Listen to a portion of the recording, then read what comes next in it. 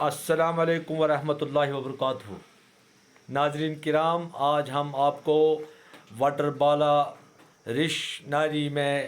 واقع سید صدر الدین رشی صاحب کی زیارت کا دورہ کرانے جا رہے ہیں۔ حضرت بابا سید رشی صاحب سادات میں سے ایک سادات کشمیر میں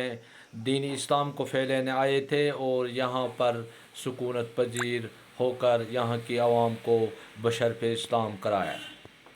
اور دیکھے کہ گھنے جنگلوں کے بیچ کیسے اپنی زندگی بسر کرنے والے حضرت بابا سید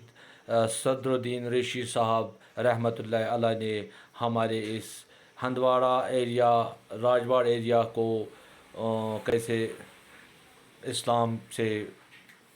روشناس کرایا، اور یہاں کی باقی ماندہ مذاہب سے لوگوں کو واپس پھیر کر اسلام قبول کرانے میں اپنا اہم کردار ادا کیا۔ اور یہ ہے ہمارے بابا صدر الدین